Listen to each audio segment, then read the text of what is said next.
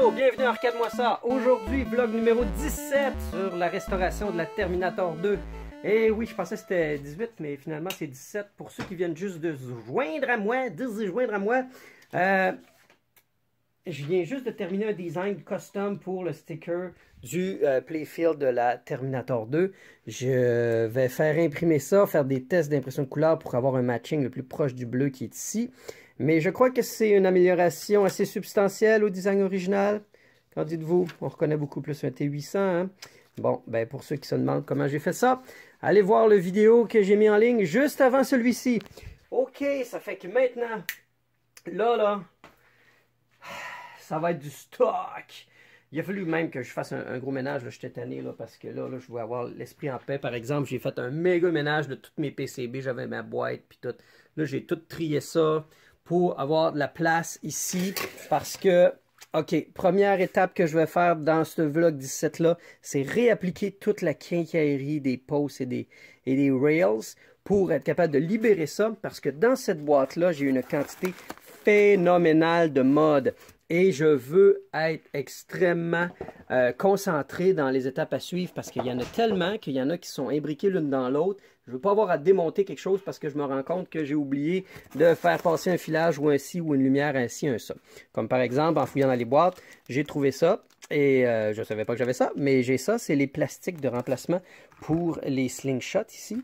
Alors déjà là, tu vois, comme c'est dans les premières parties que je réinstalle, je suis content d'avoir tombé ça. J'ai trouvé aussi une toute nouvelle tête de robot, identique, mais neuve. Alors c'est pas mauvais parce que l'ancienne est quand même assez piquée, alors qu'elle est Suban. J'ai une nouvelle rampe ici. J'ai un nouvel hélicoptère qui est sans hélice.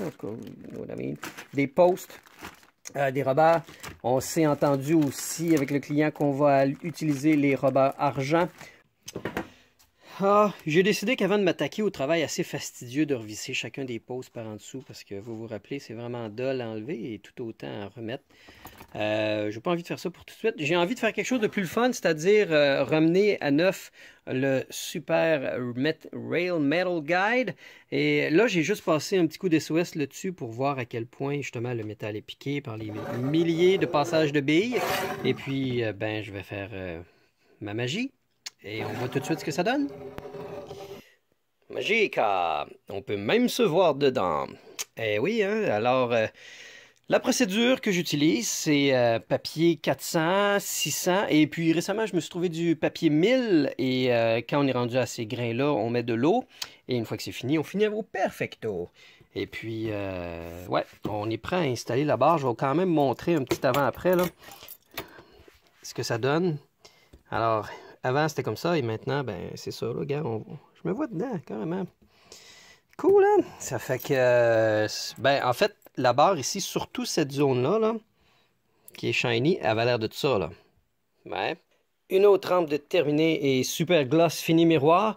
J'ai presque terminé des fers. Celle-ci va se positionner juste là. Alors, celle-là est fait. Celle-là aussi, j'ai mis le flash pour que ça flash plus. Et je me suis rendu compte que la majorité des Cliffy se glissent en dessous d'une barre de métal ici. J'ai dû dévisser pour être capable d'aller glisser celle-là.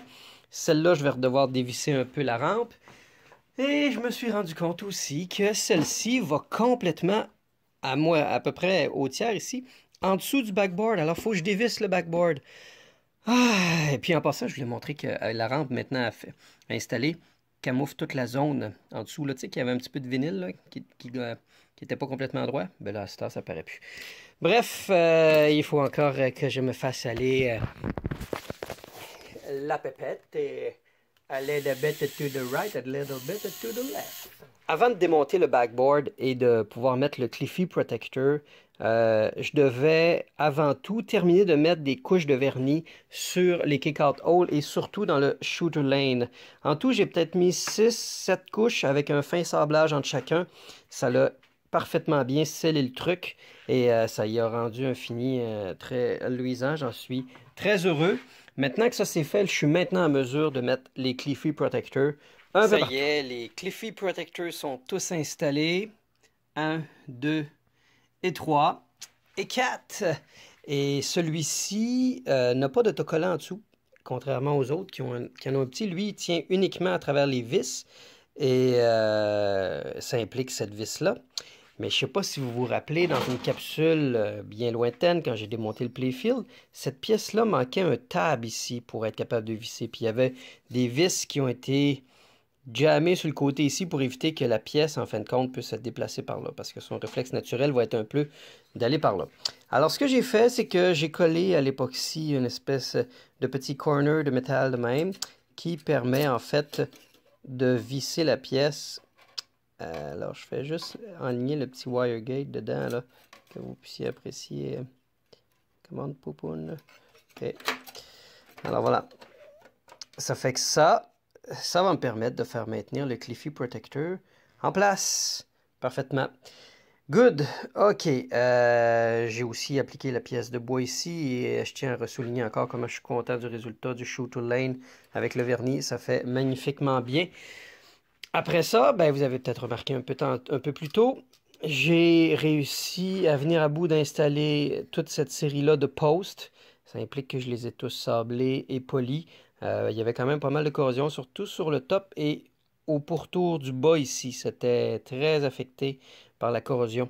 Maintenant, ils sont tous brillants et en plus, regardez-moi comment c'est magnifique, des posts neufs. Juste pour comparer le post original, est-ce que ça avait l'air? Hein? Night and day. Alors, vous voulez donner un petit coup de jeunesse à votre machine. N'oubliez surtout pas de changer les posts. Et puis, j'ai le goût de dire que c'est la fin de la capsule parce qu'on est déjà tard le soir. Et oui, ça passe vite. Oh, cool. Sérieusement, la journée a vraiment passé. Puis, je me dis, crime, il me semble qu'il n'est pas fait tant que ça, mais en même temps, oui. Ce qui a été le plus long, c'est sans équivoque le vernis de toutes les pourtours, parce que comme je vous dis, j'ai mis 7 couches, puis entre chaque couche, j'attends à peu près 15-20 minutes, un petit sablage, et on remet une autre couche. C'est long, c'est fastidieux, ça en vaut la peine. Good! Alors, fin du vlog 17, merci d'être à l'écoute. Ah! Oh! Suis-je bête? J'ai l'autocollant. Voyez-vous? Bon. OK.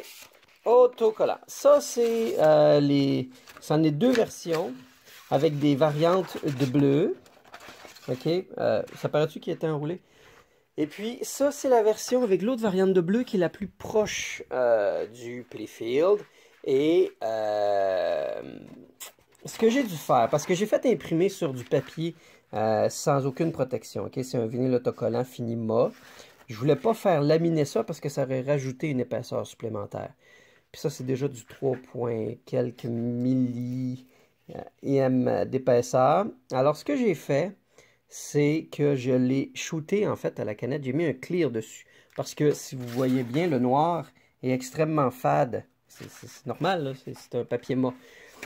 Alors, pour être capable de donner un peu de punch à tout ça, je l'ai mis noir pour que ça soit le plus proche possible. Et pour être franc, je trouve que c'est une nette amélioration parce que quand je l'ai mis tantôt, je capotais pas tant que ça sur le fini. Et là, je trouve que ça harmonise beaucoup mieux l'autocollant.